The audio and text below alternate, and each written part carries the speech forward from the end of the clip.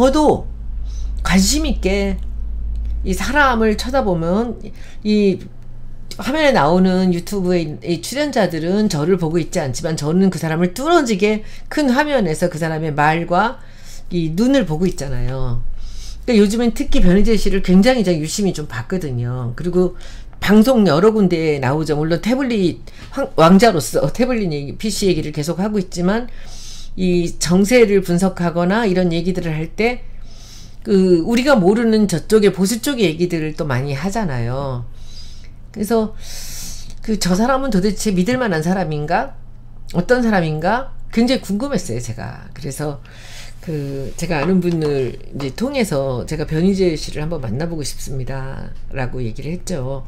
근데 저는 뭐 술도 잘 안 먹고 밖에 나가서 밥 먹고 사람들하고 만나는 걸 제가 별로 좋아하지 않으니까 골프를 한번 치자고 그랬어요. 변희재 씨가 골프를 좋아한대요.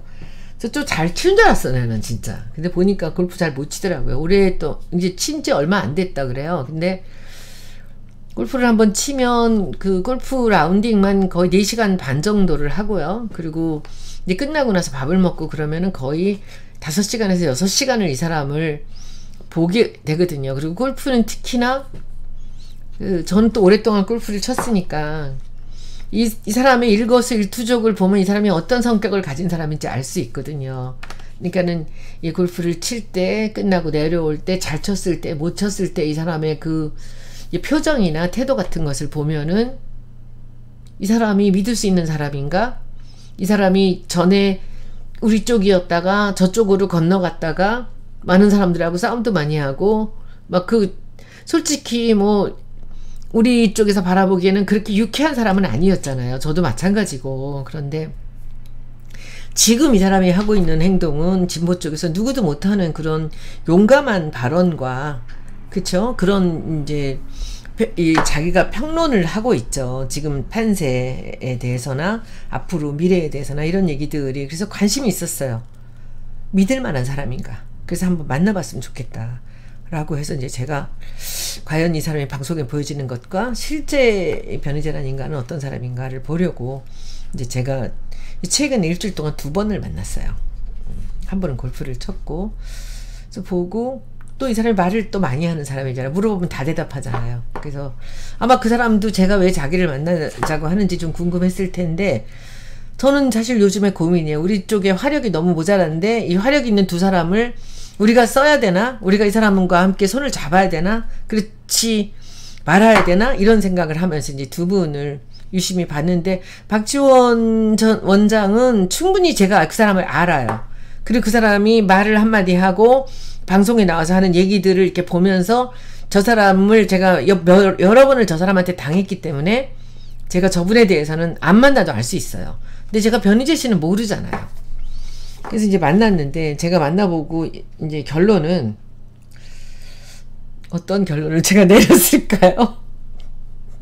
여러분, 제가 최근에 이제 그 사람 방송은 제가 거의 다 봤습니다. 여러분들도 다 보셨을 테고, 제가 다 보고 이 사람의 이 말과 행동과 이 인간이 어떻게 다른지, 어떻게 이제 뭐 사람 다르잖아요, 말하는 거랑. 물론 이제 방송에 나와서 이렇게 많은 방송에서 노출이 됐을 때는 그 금방 알 수가 있어요, 사람을. 좀 더 머리가 왜 이러니 오늘. 근데 실제로 만나봤을 때 마이크가 없을 때 이 사람을 좀 보고 싶었거든요. 그래서 어땠을 것 같을까요, 여러분들? 아니요.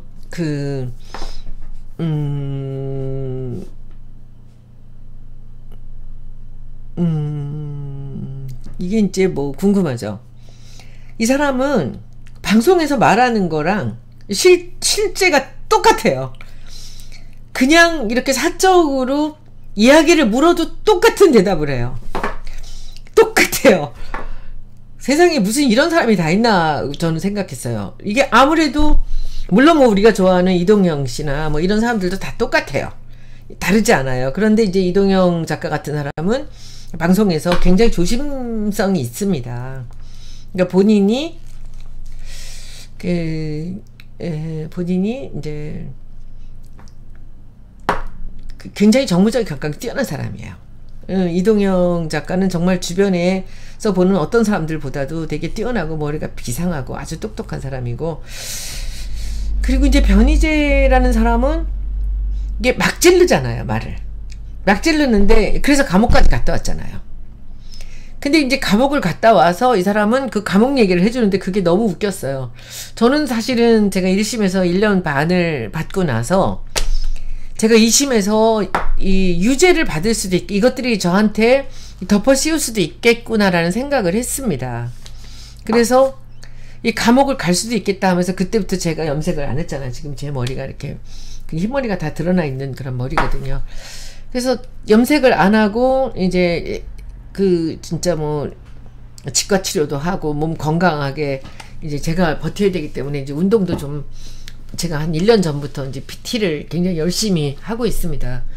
그러면서 감옥을 갈지도 모른다는 생각을 했어요. 제 나이가 감옥 가긴 조금 많은 나이지만 내가 모르죠. 이 사람들이 1년 받은 1심에다 저한테 실형을 선고했는데 어떻게 될지 모르잖아요. 그래서 제가 감옥을 갔다 온 사람한테 어떠냐 물어본 적은 한 번도 없었어요. 그러나 이 변희재 씨를 만났는데 자기가 감옥이 갈만하다 그래서 제가 첫 번째로 물어본 질문이 뭐였냐면 춥지 않아요? 라고 물었어요. 제가 추위를 굉장히 많이 타서 그게 제일 두려웠거든요. 저는 감옥을 가면 이제 신영 목사님 그 이제 글에 보면은 감옥으로부터의 사색을 보면은 이 감옥은 겨울보다 여름이 더 힘들다라고 얘기를 하세요. 그러니까 작은 방에 많은 사람들이 있는데 이렇게 누워서 잘 수 있는 공간이 안 되기 때문에 옆으로 이렇게 칼잠을 잔다는 거죠. 이렇게 세워서 이렇게 사는데 그게 너무 바짝 붙어 있고 땀들이 많이 나고 에어컨 같은 거 없으니까 그래서 그 여름이 훨씬 더 어렵다라는 힘들다라는 그런 얘기를 들은 적이 있었어요. 그래서 근데 저는 이제 더위는 잘 견디는데 이제 추운 걸 잘 못 참아서 그게 제일 걱정이었지만 그 돌바닥에서 이렇게 자야 되나 이런 생각을 했는데 물어봤어요. 그래서 그걸 제가 춥지 않아요? 그랬더니 바닥이 절절 끓는데요. 온돌마루 같이 돼 있고 그리고 이제 그 변희재 씨가 간 것은 이제 구치소죠. 박근혜 대통령도 구치소에 있었고 이제 구치소에 있고 그 다음에 감옥으로 갔나 실형을 다 받고 구치소에 있으면은 거기는 굉장히 잘 돼 있대요. 그리고 근데 옆에 일행은 어떻게 몇 명이나 같이 자나요? 그랬더니 이렇게 언론에서 굉장히 심하게 떠드는 사람들의 경우는 독방을 하던데요. 그러니까 저보고 그래요. 제가 만약에 감옥을 갔으면 무조건 독방입니다. 자기도 독방에 있었대요.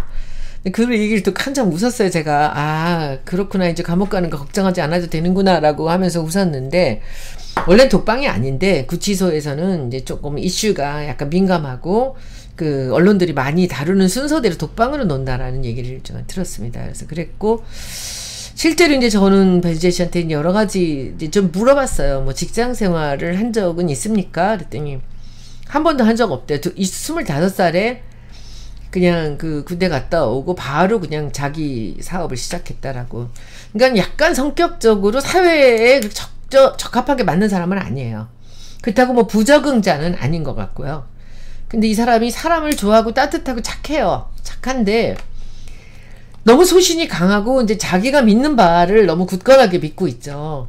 근데 그 중에 맞는 것도 굉장히 맞는 게 심하게 맞는 게 있고 저는 사실 태블릿 PC 지금 이 변희재 씨가 이 취재를 하고 낸 책이나 이런 내용들에 비해 보면은 이게 맞을 수도 있겠구나라는 생각하거든요. 그리고 최근에 그 강신업에 관련되는 얘기에서는 어느 누구도 이 얘기를 상상한 사람이 없었거든요. 그런데 이제 강신업 얘기를 제일 먼저 꺼낸 게 변희재 씨죠. 그죠? 그 사람들도 그렇게 얘기하잖아요. 강신업이라는 사람 누군지도 모를 때 변희재 씨가 제일 먼저 그 사람 얘기를 꺼냈다. 그런데 또 엉뚱하게 그 최대집 그 의사협회 회장 전 회장이 뭐 다음번 대통령 뭐 그 후보로 뭐 밀 거다라는 이런 엉뚱당 치다는 소리를 해서 제가 이게 헷갈린 거예요. 이 사람이 도대체 무슨 소리냐. 그리고 제가 이제 지난번에 그 국정농단에 대해서 2016년 말이군요. 그때 제가 그 국정조사 그 위원을 했기 때문에 그때 그 이 최순실과 이런 사람들에 대해서는 좀 많이 이제 제보도 많이 받고 해서 국정조사에 참여를 했었기 때문에 좀 알고 있는데, 거기에 대해서도 틀린 얘기를 많이 해요. 그 미르 재단이나 이런 것들은 분명히 그 최순실 씨가 그 안종범 씨를 시켜서 그 뭐 고영태나 무슨 뭐 이런 노승일이나 이런 사람들을 나중에 차은택까지 끌어들여가지고 그렇게 일을 한 걸로 저는 알고 있는데, 이제 뭐 그 누가 맞는지는 뭐 좀 더 두고 봐야 되겠지만 변희재 씨는 그게 아니라 그 최순실은 한 게 아니고 안종범이 그걸 했다. 미드 재단을 했다라는 그런 얘기를 하잖아요. 그러니까 뭐 그거는 저는 온전하게 믿을 수는 없어요. 그래서 저는 변희재 씨를 다 믿을 수는 없어요. 왜냐하면 그 전에 우리 뭐 제가 정치사는 잘 모르지만 변희재 씨가 우리 편이 아니었던 기억을 하고 있기 때문에 이 사람이 지금 우리와 똑같이 우리에게 가려운 부분들로 윤석열 대통령과 한동훈 법무장관을 지금 정말 두들겨 패고 있는 거를 보면서 속 시원하지만 이 사람이 과연 우리 편일까라는 그런 의심은 했습니다. 그런데 요즘 방송들을 보면서 이제 만나보고 싶었고, 만나보고 와서는 제 생각은 이렇습니다. 과거가 어쨌든 앞으로 미래가 어떻게 됐든 간에 지금 이 상태에서의 변희재는 믿어도 되겠다라는 생각을 했어요. 그러니까 이 사람하고 스크럼을 짜서 한번 그 우리의 소리를 증폭시킬 필요는 있겠구나. 그래서 제가 한 달에 2번 반밖에 거의 보름도 대체 서울에 있지 못하거든요. 그래서 한 달에 한 번 정도 제가 그 변희재 씨랑 방송을 한번 해보려고 그래요. 그래서 그 방송은 이제 제가 늘 좋아하고 그리고 좀 도와주고 싶고, 제가 어느 방송도 지금 나가지 않잖아요. 가끔씩 뭐 이동형 TV나 무슨 문제가 있을 때나 했지. 그래서 그 변희재 씨랑 저하고 그리고 김용민 PD하고 셋이서 한번 그 한 달에 한 번씩 한번 그냥 한 좀 긴 방송을 한번 1부, 2부에 나눠갖고 방송을 한번 해보고 싶다는 그런 생각을 해봤습니다. 어떨 것 같아요, 여러분들? 왜냐하면 제가 아까 여쭤본 것은 만약에 비례대표 국회의원을 뽑는다면 뭐 당도 없어요. 아무 얘기 안 했잖아. 제가 둘 중에 누구를 뽑겠습니까? 라는 질문을 했잖아요. 그런데 저는 먼저 변희재 씨에 대해서는 저는 지금 이 사람의 이 상태는 저는 믿어도 된다는 생각이에요. 지금 그 나이가 된 사람답지 않게 되게 독불 장군으로 살아서 그런지 그냥 세상에 대해서 너무 무지해요. 이게 머리를 쓰는 사람이 아니에요. 잔머리를 쓰는 사람이. 그래서 야, 저렇게 불도저 같이 저렇게 단순하게 세상을 어떻게 살 수가 있을까? 저렇게 단순하게 이렇게 심각한 얘기들을 저렇게 단순하게 판단을 하고 이것을 이렇게 방송으로 하는 내용에서 저 정도 이 사람이 사람들의 그 어떤 아쉬운 부분들, 궁금한 부분들을 풀어줄 수 있다면 저 사람은 굉장히 비상한 사람이구나라는 생각을 했어요. 그리고 그 다음에는 제가 정확히 알고 있는 부분에 대해서 변희재 씨 이런 의견은 조금 틀린 것 같아요 라고 얘기하면, 아 그렇습니까? 바로 고쳐요. 그리고 골프 칠 때도 이제 엄청 성질이 급해요. 뭐 이렇게 굉장히 성질이 급하고, 그리고 머리가 굉장히 좋은 사람인데 빠르진 않아요. 그러니까 박지원 전 원장 같이 그렇게 머리가 휙휙 돌아가는 사람은 아닌데 순간순간의 그 깊이와 이런 판단력 같은 건 굉장히 비상한 사람이더라고요. 제가 보니까. 그리고 왜냐면 골프 칠 때 잘 못 쳐요. 근데 제가 보니까 변희재 씨가 굉장히 커요. 사람이 깜짝 놀랐어요. 체격이 너무 커서. 이 사람이 방송에서 이 주먹 자랑하는 뭐 김세의, 그리고 뭐 이준석, 그리고 강용석, 이런 주먹 세다는 사람들 얘기를 하면서 얘들 다 와.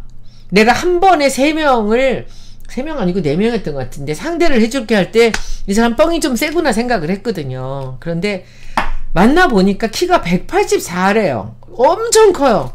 키가 크고 지금은 살도 좀 많이 이렇게 쪄서 뚱뚱한 편이에요. 술도 많이 마시고 그러는 것 같아요. 운동을 많이 한 사람은 아닌데 체격이 크고, 그런데 옛날에 운동을 했다 그러더라고요. 아버지는 유도 선수셨고 그 아버지가 자기도 유도를 하려고 그랬더니 아버지가 심판들이 이상한 판정들을 많이 내린다고 하지 마라 라고 해서 권투를 했대요. 어렸을 때. 그러니까 체격이 아주 큰 데다가 이제 권투라는 운동을 했잖아요. 아버지가 유도 선수니까 유도도 좀 해봤을 거고. 그러니까 이제 니네들 셋이 와라, 내가 상대해 줄게 할 만큼 이게 크고 힘이 세고 그리고 이렇게 운동신경도 있는 사람이더라고요. 근데 골프는 이제 많이는 안 쳤는데 거리는 한번 맞으면 어마어마하게 나가고 굉장히 이게 뭔가 이렇게 단순하게 힘이 좋은 그런 사람이었어요. 그리고 그래서 이제 근데 너무 성격이 이렇게 너무 급하니까 골프는 그렇게 이 치는 순간에 너무 급하면 이 제대로 된 이 거리를 내거나 공을 제대로 맞히기가 좀 어렵거든요. 근데 스윙도 어마어마하게 빠르고 키는 크죠. 힘은 세지. 그러니까 맞으면 엄청 나가는데 이게 이제 다른 데로 막 가잖아요. 그래서 그 마음속으로 그냥 1, 2, 3초만 조금만 이렇게 머물렀다 하세요 라고 얘기를 하면 금방 해요. 그걸 깜짝 놀랐어요. 그게 뭐라 그럴까, 자기가 누가 조언을 했을 때 그 말이 맞다고 생각하면 바로 받아들이는 거예요. 이렇게 본인도 판단을 하겠죠. 저를 봤을 때 제가 믿을 만한 사람인가 아닌가, 그 사람도 제가 그 사람을 판단하듯이 그 사람도 저를 보고 판단하지 않았겠습니까? 그래서 그렇게 해서 저는 얘는 제가 앞으로 어떻게 될지 모르고, 그리고 그 과거에 이 사람의 여러 가지 그 믿지 못할 행동들이 있었지만 지금 이 사람은 믿자. 지금 이 사람이 갖고 있는 이 화력을 우리가 같이 함께 쓰자라고 저는 결정을 했습니다.